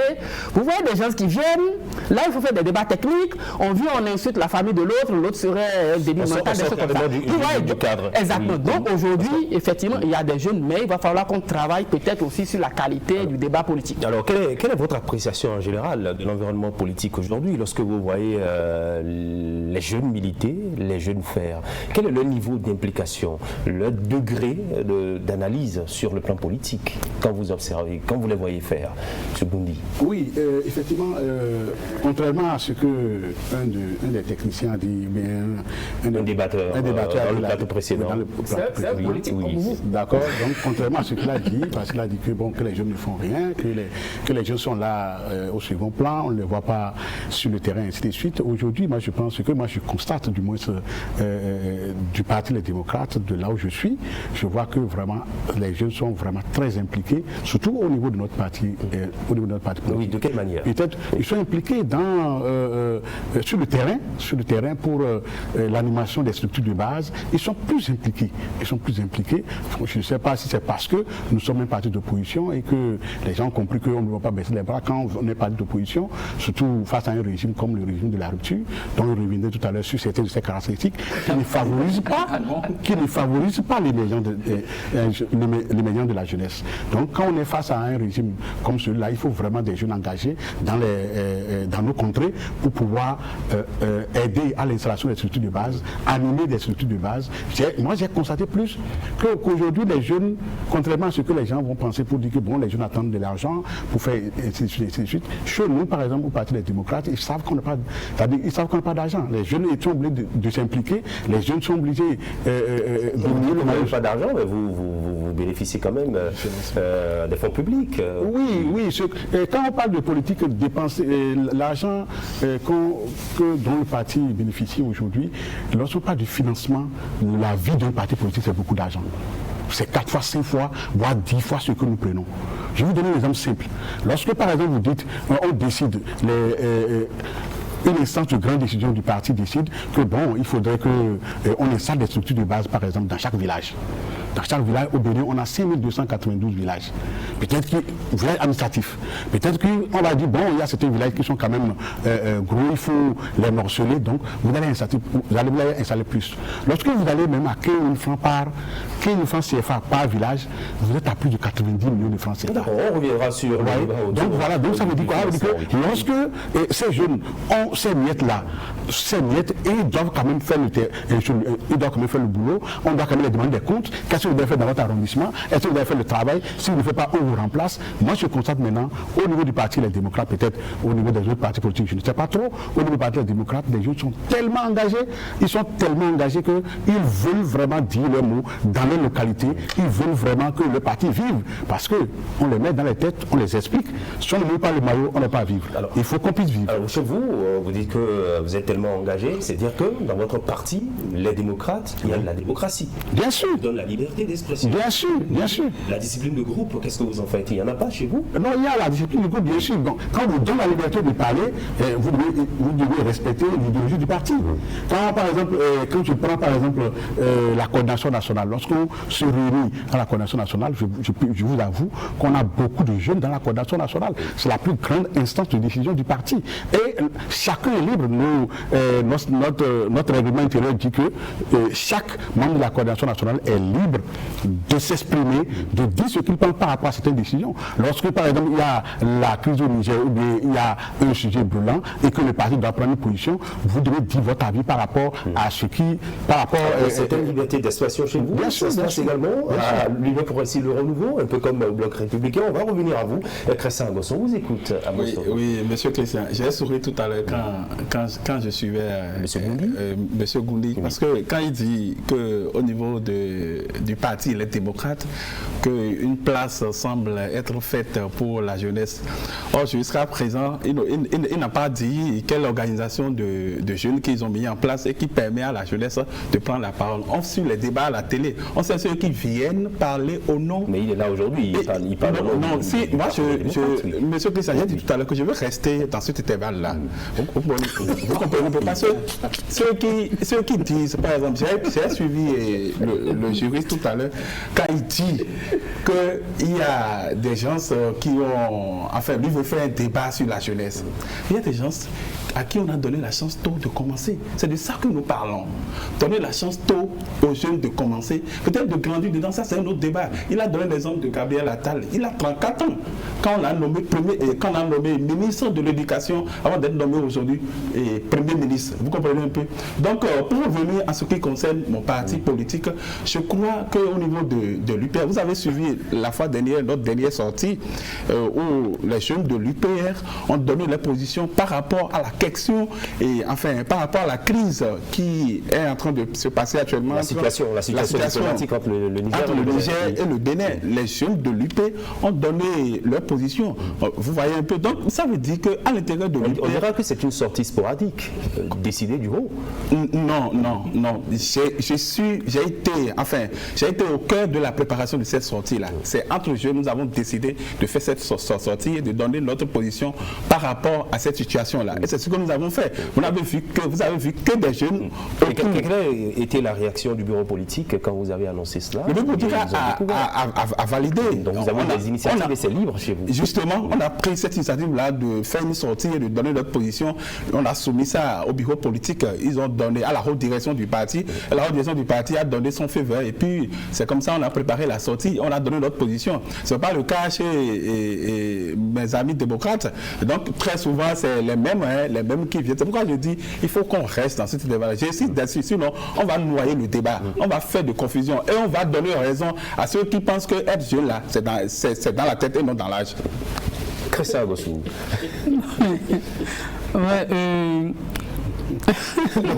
Vous souriez, vous allez réagir tout à l'heure.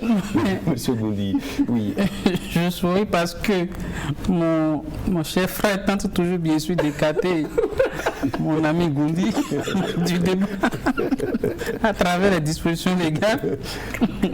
Mais mon gars, lui-même, il s'accroche. Il s'accroche. C'est bien. Écoutez, avant d'aller bien sûr sur ce terrain, je voudrais rappeler à M. Goundi, puisque dans son intervention tout à l'heure, j'ai pu noter qu'il a dit l'animation de la vie politique à la base est toujours faite par les jeunes. Mais ce n'est pas un argument convaincant.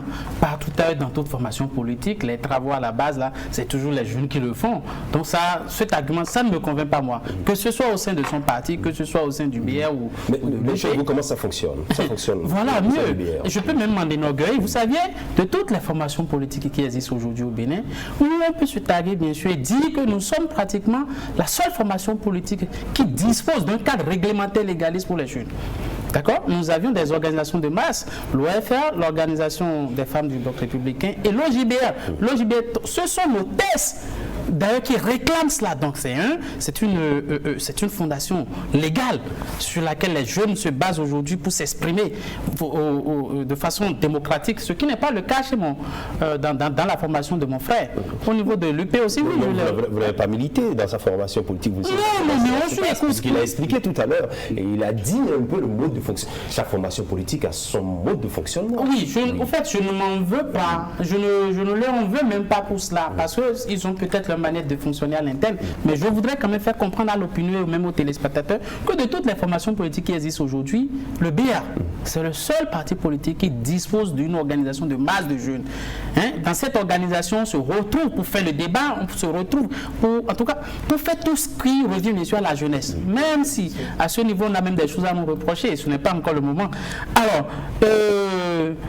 pour revenir bien sûr à votre question, monsieur le journaliste, aujourd'hui, de façon globale, on doit pouvoir reconnaître que ce soit au niveau de l'opposition comme de la mouvance, les jeunes aujourd'hui prennent de la voix, ils osent, ils prennent bien sûr de l'audace à s'exprimer aujourd'hui, ce qui n'est pas le cas jusqu'à un passé récent, moi, de ma position. Avant la réforme du système partisan. Avant la réforme du système partisan, effectivement, on ne pouvait pas se permettre de voir des jeunes comme Amos Tarout, comme moi au sein du conseil communal de Calavi. Ça n'a jamais existé. Donc on pourra mettre au moins cela l'article bien sûr de la réforme du système partisan, qui est une réforme de la rupture aujourd'hui. Et cela, même si nos amis d'en face là, ils rejettent tout ce qui se fait, sur la base de nos tests de cette réforme-là, ils bénéficient aujourd'hui du financement public. Et avec ça, au moins, mon gars, il va à la base pour animer. Mais il ne veut pas reconnaître. C'est à quoi que chaque fois, ils rejettent quelque chose qui ne les sent pas bien. Mais ils prennent ce qui est positif et puis ils continuent le chemin. Reconnaissons de façon consciente et sans parti prise quand même que oui, les jeunes aujourd'hui, en tout cas, les jeunes ont beaucoup plus de marge de manœuvre, ils ont beaucoup plus de marge de progression au sein de ce mandat. Avec cette réforme. Avec cette réforme, ce qu'on a vu jusque vous allez réagir, ne vous inquiétez pas. Oui. Je voudrais ajouter quelque chose. Au niveau de ma formation politique, qui est le plus grand parti politique du Bénin, au regard des résultats, puisque c'est les urnes qui définissent la grandeur d'un parti politique. Nous avons été à 3 différentes élections dans ce pays. On sait le parti le plus grand au Bénin. Et donc, au niveau des dispositions statutaires de notre parti, par exemple, il y a un quota qui est réservé dans la mise en place des structures de base à la jeunesse. Par exemple, si vous prenez une cellule de base de quartier, de ville ou bien de village, il est dit que vous devrez former une cellule de base avec un quota de 30% réservé à la jeunesse. Et c'est ce que nous avons fait. Nous sommes actuellement en train de mettre en place les structures de base du parti. Si vous prenez au niveau des cellules, au niveau des sous-sessions, puisque nous avons au moins 4 instances comme ça, et au niveau des sessions, le quota de 30% est toujours revenu. Et c'est les tests du parti qui le disent. Mon cher ami Christian parlait tout à l'heure de l'organisation des jeunes qu'ils ont mis en place. Oui, nous aussi, au niveau de notre parti, le renouveau, les tests ont prévu cela. Enfin, la mise en place des organisations de masse. Et ici, nous allons mettre sur porter sur les fonds baptismaux, n'est-ce pas, la Ligue des jeunes du parti. On va finir d'abord l'installation de toutes les cellules avant d'aller au niveau de la mise en place des organisations de masse. Donc ça existe dans nos tests. C'est qu'on va finir, il y a des préalables à faire d'abord avant d'en arriver à ce niveau-là. Donc de ne pas s'inquiéter, on va... C'est dire donc qu'à votre niveau, il y a une grande place qui est réservée à la jeunesse. Oui, je vous ai vu sourire. Oui, mon vis-à-vis de l'UPR, il y a un développement que je me suis promis de ne pas faire sur un plateau de télévision face à mon vis-à-vis, mais je suis obligé de le faire aujourd'hui parce qu'il a dit tout à l'heure, avec fierté, nous sommes le plus grand parti, nous sommes allés aux élections, on a toujours été premiers. Mon cher ami, on connaît comment les élections se passent sous la rupture. Ah oui. On connaît comment ça se passe sous la rupture. Et je vais vous parler avec des preuves. Pour que désormais, lorsque vous allez prendre la parole en tant que vous représentez l'UPR, l'UPR Renouveau, sur un plateau de télévision, que vous soyez modeste. Pourquoi? Parce que... vous voulez parler des élections, on ne va pas revenir là-dessus. Non, je vais dire d'abord, c'est important que je lui dise que ce que l'UPR Renouveau, là, qu'on dit c'est le plus grand parti politique, là, ce parti politique, là, juridiquement, son existence est en souffrance. Et je vais expliquer ça tout à l'heure.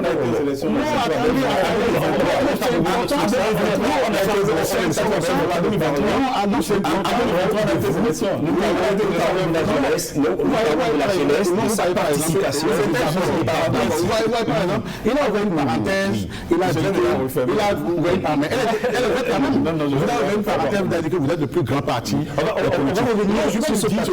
Dans une autre émission, sur chaque formation parlons aujourd'hui de la jeunesse, de sa participation au débat politique.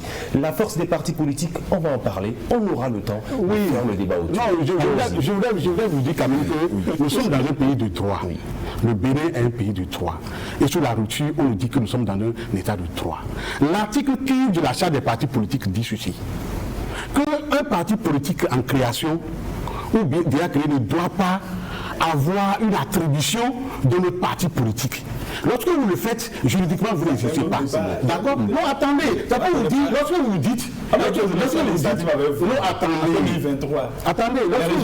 Lorsque vous dites que vous êtes le plus grand parti politique, moi, si moi, je vous dis par exemple qu'en temps normal, que vous ne devez pas exister, qu'est-ce que vous avez dit? En temps normal, vous ne devez pas exister.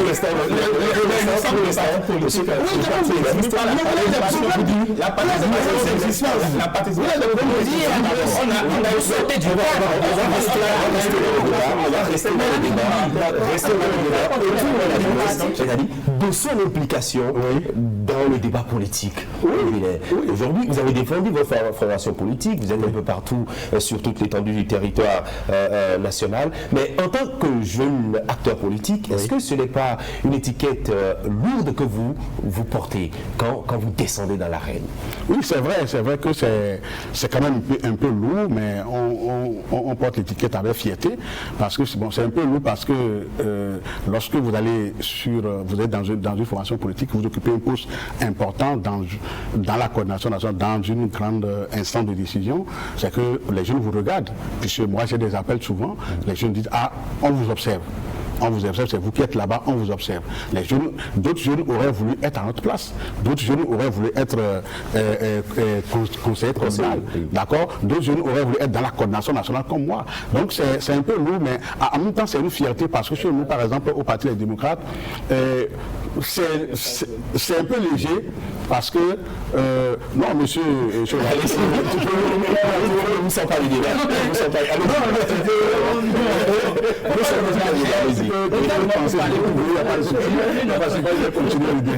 Donc, je disais que chez nous, au Parti des démocrates, c'est un peu léger parce qu'on a des gens comme avec qui nous sommes, par exemple, qui sont des présidents, des vice-présidents de notre parti, qui sont quand même dans la politique depuis que nous étions enfants, depuis que nous étions au cours primaire, et que pourtant nous sommes dans la même formation politique aujourd'hui, et qui nous encouragent, et qui nous voient, qui nous disent, ben voilà, félicitations par rapport à ce que vous faites, vous êtes là, on vous appelle, on vous dit, bon voilà, félicitations, là vraiment, on peut prendre notre retraite, ça peut aller. Lorsque vous êtes dans un cadre comme ceci, lorsque vous avez votre président du parti, le président Tonon Boni Yahi, qui vous appelle, qui vous dit, mais vraiment félicitations par rapport à ce que vous faites, vraiment c'est très bien, désormais on peut aller tranquille, ainsi de suite, ça devient plus léger. Donc ce n'est pas, dans ma formation politique, ce n'est pas un cadre dans lequel il y a tellement de crocs en jambes, c'est pas un cadre dans lequel où les gens vous rendent compliqué l'existence dans la formation politique. Vous vous sentez bien à l'aise. Alors, quand on a fait le tour, quelle est la perception que vous avez du mode de fonctionnement de chaque formation politique autour de la jeunesse?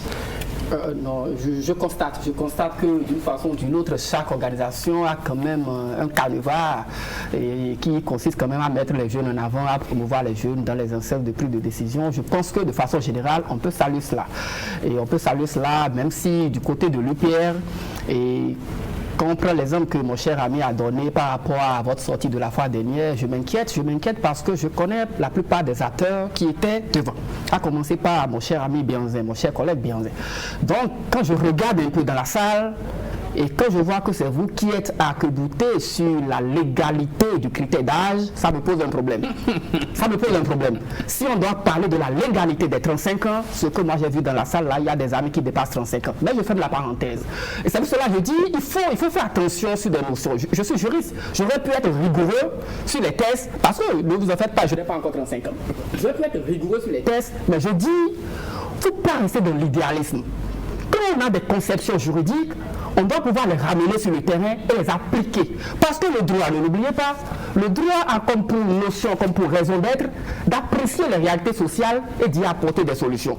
Donc c'est très important ce qu'on dit. Donc moi je constate de façon globale, même si ici c'est en perspective, ils sont en train de vouloir installer la Ligue, mais au moins au niveau des trucs au niveau communal et tout, donc il y a 30%, voilà, il y a 30% qui est réservé, c'est un élément très avantageux. J'ai constaté également qu'au niveau des LB, voilà, des démocrates également, il y a que quand même les jeunes sont au cœur et tout. Mais ce que je voudrais peut-être ne pas déplorer, parce que je ne sais pas ce qu'il met dans l'engagement des jeunes au niveau communautaire, je veux espérer qu'il ne s'agit pas des poseurs d'affiches.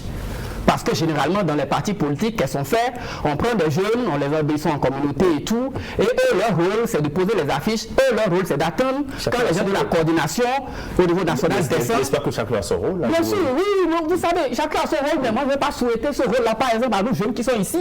Et à partir de cet instant, je ne pense pas pouvoir le souhaiter aux autres jeunes. Vous voyez, parce que je me retrouve à travers ces jeunes-là. Quitte à eux, à leur libre arbitre de décider d'être des poseurs d'affiches. Il y a des gens qui adorent ça. Ça dit, ils aiment être des parasites. Ça, c'est leur rôle. Ça arrive. Mais moi, étant ambitieux, ce que je souhaite pour la jeunesse de ma catégorie, c'est qu'ils soient des acteurs de premier rang comme M. Goudi. C'est qu'ils soient des acteurs de premier rang comme le chef de mission, comme le conseil communal. Vous voyez, qu'ils soient ici à ma place pour parler. C'est ce que moi je souhaite. Quand même je sais que tout le monde ne veut pas être ici, tout le monde ne veut pas être là-bas et tout, je suis d'accord. Mais nous allons souhaiter que ce ne soit pas des poseurs d'affiches. Au niveau de l'OJBR, bon voilà, qui, fort heureusement ou malheureusement, en tout cas c'est ce que nous entendons, on entend parler de l'OJBR sans savoir, je ne maîtrise pas si c'est ça de l'OJBR, parce qu'il ne s'agit pas de mettre en place aussi une instance de jeunes et croire que cela permet de faire la promotion des jeunes. Mais je voudrais dire une chose. De façon globale, que ce soit au niveau des démocrates, parce qu'il y a des amis qui sont coordonnateurs communaux, mais vous voyez, que ce soit ici ou là-bas, mais un peu au niveau de l'UPR, c'est peut-être une mauvaise analyse. De loin, j'ai l'impression que c'est un parti des classiques, c'est-à-dire les anciens, nos aînés. De loin. Mais par contre, quand je prends un peu au niveau de PR, qui est de la mouvance, et au niveau des démocrates, je pense qu'il y a quand même une sorte de promotion de la jeunesse. Merci. Il y a une sorte de promotion de la jeunesse. Et, mais en tout cas, il a donné des éléments. Merci, Monsieur Landry. Monsieur Daléja, vous savez, tout à l'heure, le juriste a dit que le tout ne suffit pas de rester accroché au test, qu'il serait bien de vivre la chose. Vous savez, quand il dit qu'au niveau de l'UPR, la promotion de la jeunesse, ça, ce n'est pas ça, nous sommes toujours dans les trucs classiques, qu'il me donne l'exemple, en 2020, le plus jeune maire du Bénin là, était issu de quelle formation politique? est-ce qu'il existe une autre manière plus belle de faire la promotion de la jeunesse, si ce n'est pas déjà de les responsabiliser à partir au niveau de certains postes. Vous comprenez un peu, le plus jeune de notre parti, le plus jeune député, à l'époque, en 2019, même actuellement, qu'on me dise... Attendez,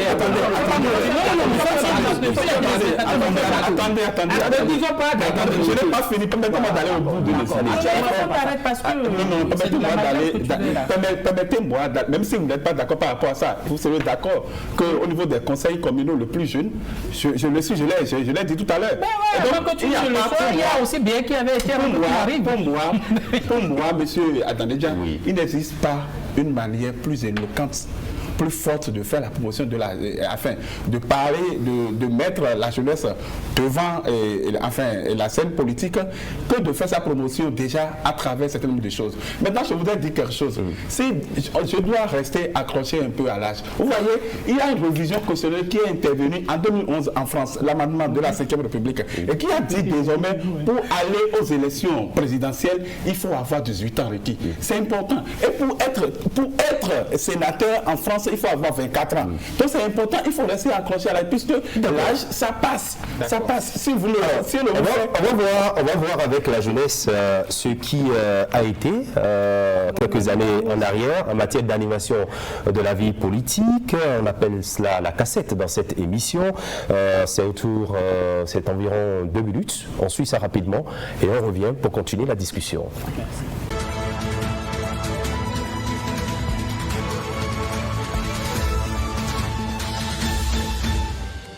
C'est un nouveau jour qui se lève pour les jeunes FCBE d'Avrancourt, conduits par Célestin Adango.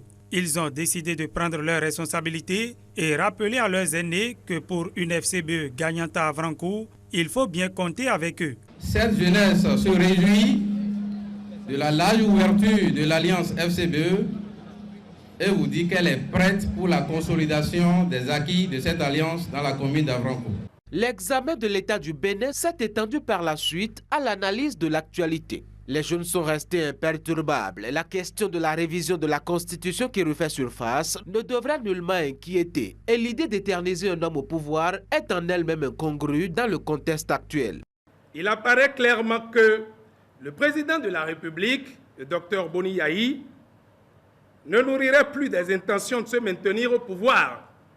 Et même si c'était le cas, il ne s'aventurerait plus dans ce chemin.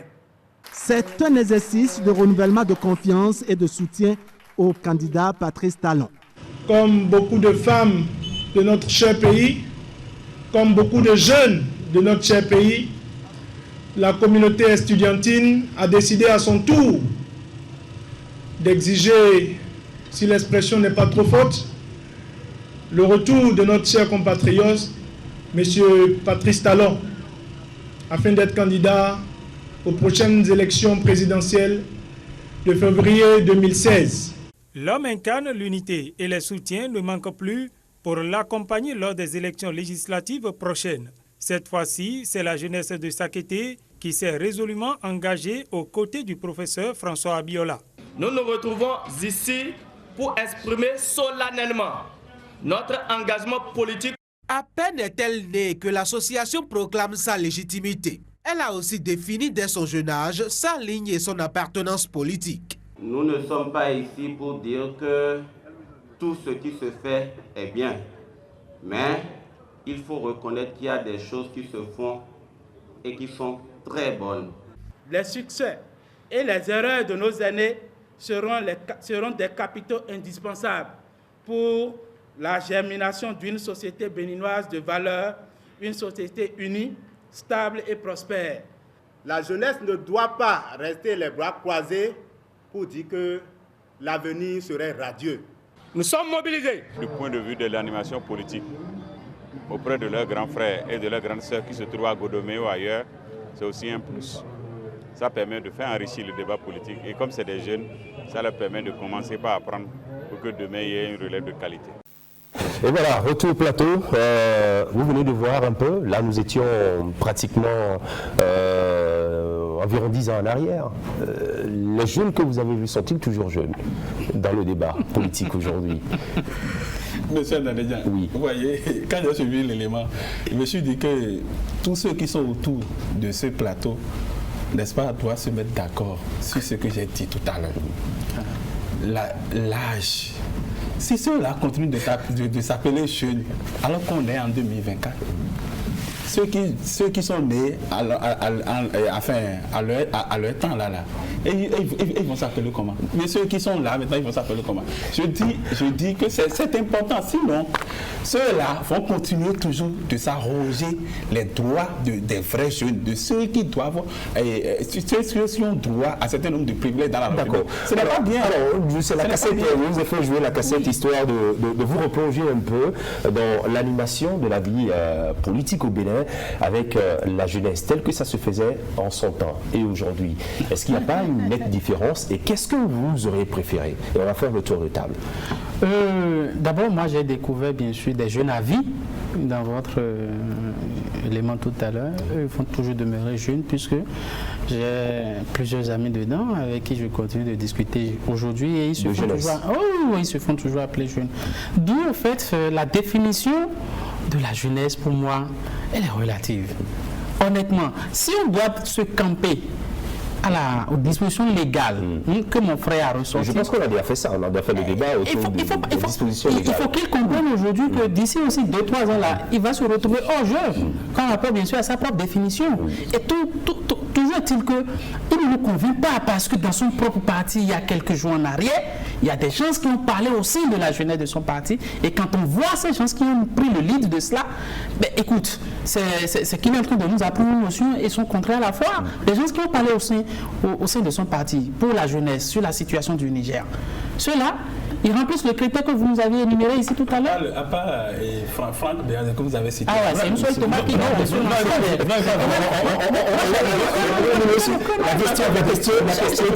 la question posée, oui justement, l'animation de la vie politique telle que c'était avant et maintenant, est-ce qu'il y a une différence? Qu'est-ce que vous auriez souhaité?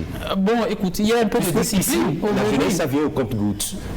Mais entre-temps, eh bien, la jeunesse, elle se prononçait.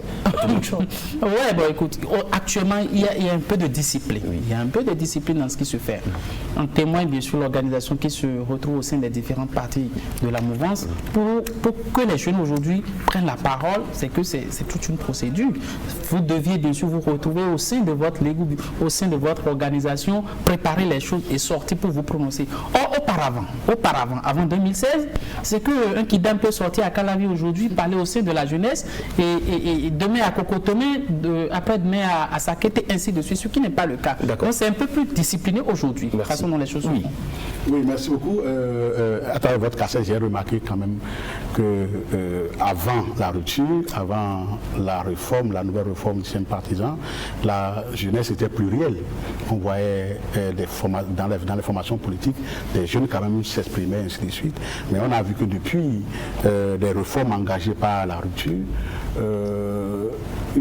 s'attend à canaliser les jeunes, s'attend à ne pas permettre aux jeunes de s'épanouir en fait. Et bien sûr, on voit déjà par rapport aux élections législatives au Bénin, et on demande par exemple que le candidat aux élections législatives au Bénin paye une caution de 2 500 000 francs.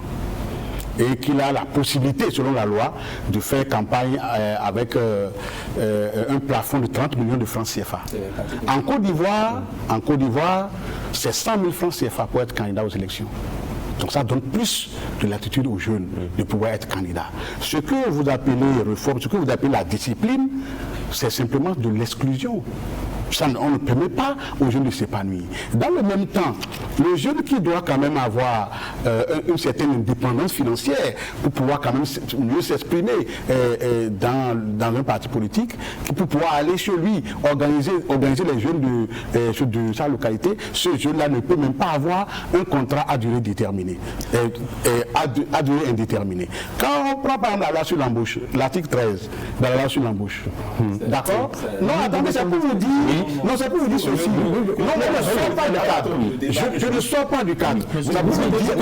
Ça vous dit développement politique. Bien sûr, vous faites de la politique. Mais laissez-moi finir. Quand vous parlez, je me calme, je vous observe. Mais quand je parle, calmez-vous, soyez humble, calmez-vous, écoutez-moi. Lorsque vous avez des jeunes qui ne sont pas indépendants financièrement, lorsque le jeune ne peut que caler vers, on dit qu'il doit payer 1 500 000, il doit payer. C'est compliqué. Prenez le soin.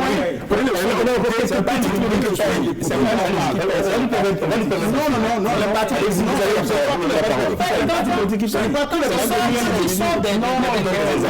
ce sont des exemples. Vous voyez par exemple, lorsque vous parlez, nous sommes dans un débat, si vous voulez, si vous prenez la parole, je vais me calmer, je ne vais pas vous parler.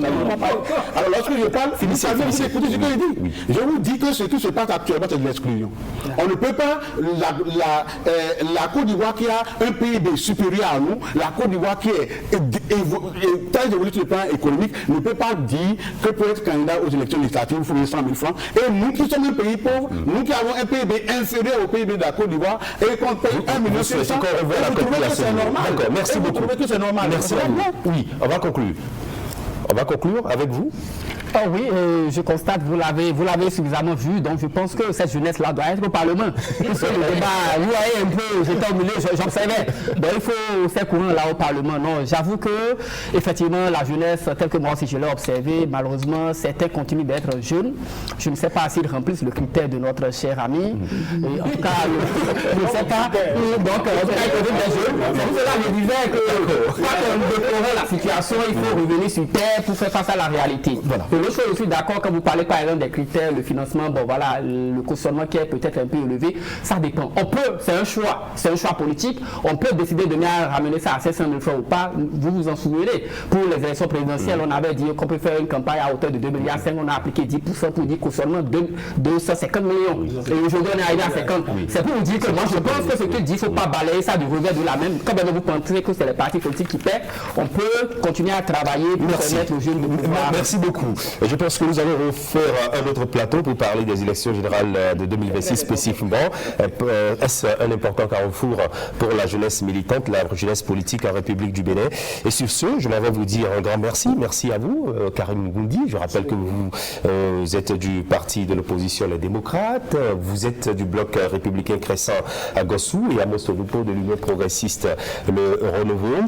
Et merci à vous, Landry Adelakou, juriste spécialiste des droits humains et de la démocratie. Merci beaucoup pour votre contribution au débat. Vous resterez toujours à disposition, puisqu'on vous retrouvera pour parler de la jeunesse politique au Bénin. Il y a beaucoup d'aspects à aborder, et ce, sur tous les plans. Mesdames et messieurs, le grand rendez-vous s'est terminé pour cet épisode. Merci à chacun et à tous. Retrouvez ce programme en replay sur nos différents canaux digitaux. D'ici là, portez-vous bien et au prochain épisode.